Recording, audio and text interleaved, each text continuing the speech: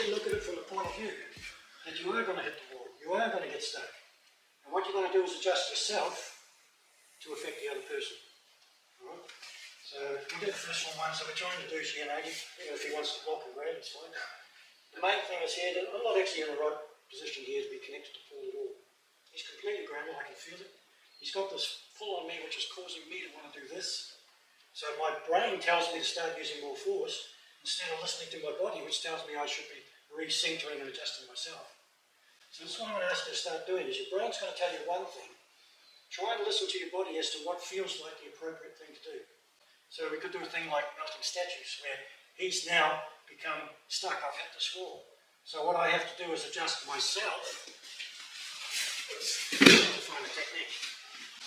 But what I'm doing all the way through that technique is I'm monitoring my structure, my posture, my space, and what he's doing. So once I do that, I can start to say, well look, he may have other options. Again, this on the mat is always kata. It's always exploratory. It's a safe place for us to get something wrong and know we're not going to get killed. But we also want to get to a point where it's honest. Okay, this sort of fairy playing, which is all nice, is only going to get you in trouble. So my peripheral vision is always watching. I'm loading the foot. I'm feeling the direction of the person here.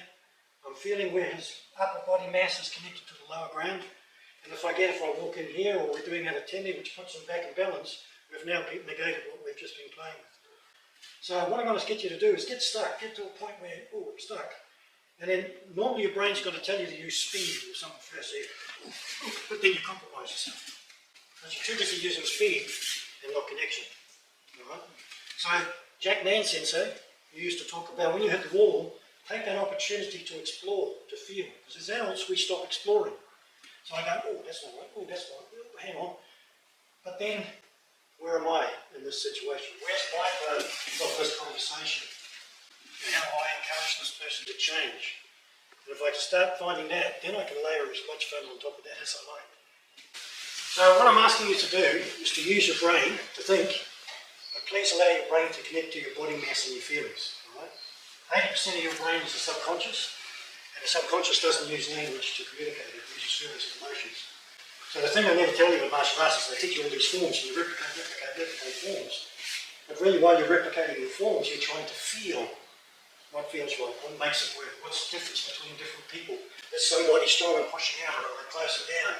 All these little elements are things that we subconsciously should be picking up on. Right? So let's go to crossing here. And again, these are katas. These are forms for you to explore. Nice and rigid for you. And then we get in here and we start to do stuff. Oh, I've got to get to my gear, I've got to get to my room. Hang on, I'm hitting the wall. And then what we should do is that. And then Jack would tell us off. You just missed the opportunity to find the answer. So when I hit the wall, I left the wall there and go, oh, what do I need to do? Well, maybe I'll have to come through here. And it was that split second of hitting the wall that allowed me to explore it. If I let it off, I've lost the opportunity. So the walls are actually a good thing. That makes sense. So, through my years of developing quiet confidence, I'm going to go down a little rabbit hole which should support what we're talking about. It's through the adjustment and fixing of my structure affects the other person's structure. Alright? In the early days, and we've got a friend, we won't say his name, but he's one of these guys that gets stuck. First thing he'll do is punch, and then he'll try and force things, but he's also missed the opportunity. The punches and the hits should always be there. Always there as a layer to have. But because we're in a safe place, and this is a kata, I'm trying to learn what becomes effective, if you like. Here I'm compressed. Tahu's got Tahu's is locking in this way, so and my brain tells me to start fighting with it. Or if I'm doing the Aiki thing, when I feel that pressure going this way, I let it go. I use it. I start to feel here is the appropriate direction to go. Then later on we had the key sensei come in and says, are you leading or are you following? Right, so that one's leading. Maybe he comes in, I'm too late, so now I'm following. And what he was meaning was to feel whether you were ahead or behind that technique. So what he was trying to teach us that we didn't understand back then is feel the technique.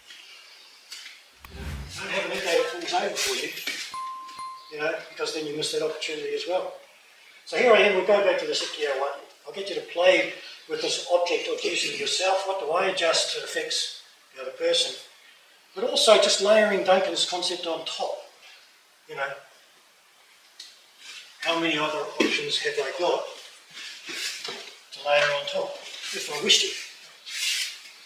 But my main concept is I'm looking to invite him to me and learn that my posture is governing where his posture goes, if that makes sense. All right. What I'm trying to plant the seed for is that if we can connect our thinking to our body, we're going to find the style of martial art that suits us.